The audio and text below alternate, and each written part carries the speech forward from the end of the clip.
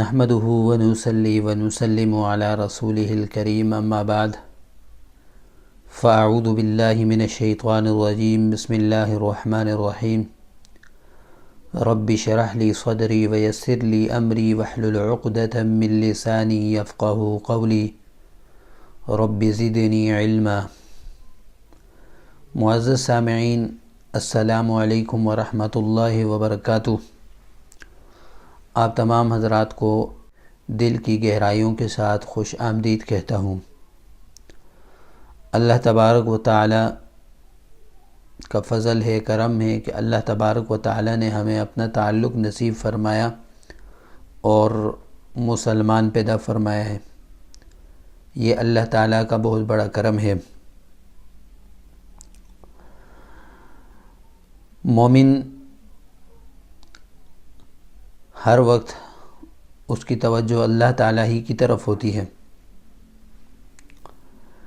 انبیاء علیہم السلام کی یہی تعلیمات ہوا کرتی تھیں کہ آپ کی لوگوں کی توجہ اللہ تعالیٰ کی طرف ہو جائے،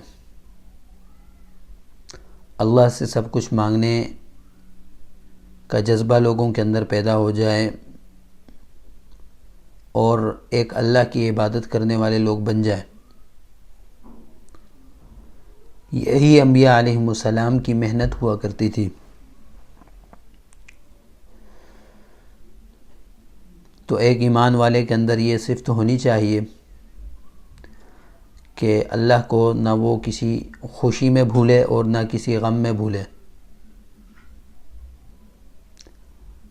ہم خوشی میں بھی اللہ کو بھول جاتے ہیں اور غم میں بھی اللہ کو بھول جاتے ہیں۔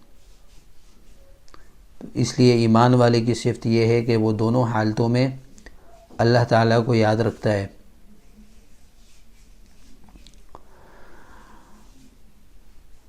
تو شریعت نے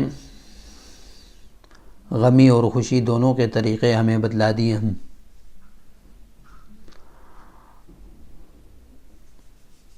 اگر کوئی ایسی صورت پیدا ہو جائے، اللہ نہ کرے، آج کی نشست میں آپ کو ایک ایسا عمل بتلاؤں گا کہ اگر کوئی ایسی صورت پیدا ہو جائے کہ آدمی پر کوئی مصیبت آ جائے، کوئی غم آ جائے،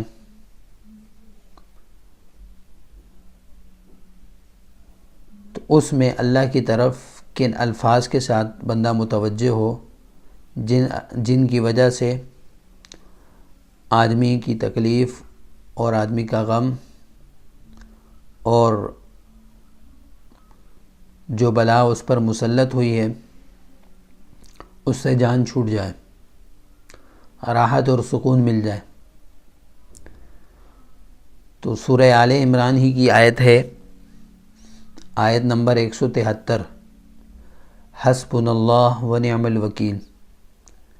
کسی پہ کوئی بھی تکلیف، کوئی غم، کوئی مصیبت آ جائے تو اگر ان الفاظ کا اور اس آیت کا ورد کیا جائے کثرت کے ساتھ تو اللہ تعالیٰ اپنے فضل و کرم سے اس مصیبت سے چھٹکارا عطا فرماتے ہیں اور اس کا غم دور فرماتے ہیں، اسے راحت اور سکون اور چین عطا فرماتے ہیں۔ تو یہ بہت ہی مجرب عمل ہے اور بہت بہترین عمل ہے۔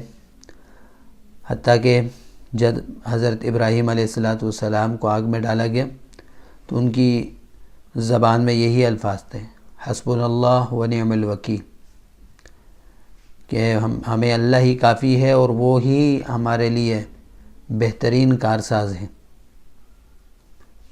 تمام کی تمام خیریں اور تمام کے تمام خیروں کے اسباب اسی کے پاس ہیں۔ تو اس لیے اس عمل کو آپ کیجئے، اور اس کے ساتھ ایک گزارش یہ بھی ہے کہ ہمارے اس چینل کو زیادہ سے زیادہ آپ شیئر کریں اور لوگوں کو بتائیں۔ جتنے لوگ اس پر عمل کریں گے انشاءاللہ آپ کے لیے بھی صدقہ جاریہ بنے گا۔ اللہ تبارک و تعالی ہمیں عمل کی توفیق عطا فرمائے۔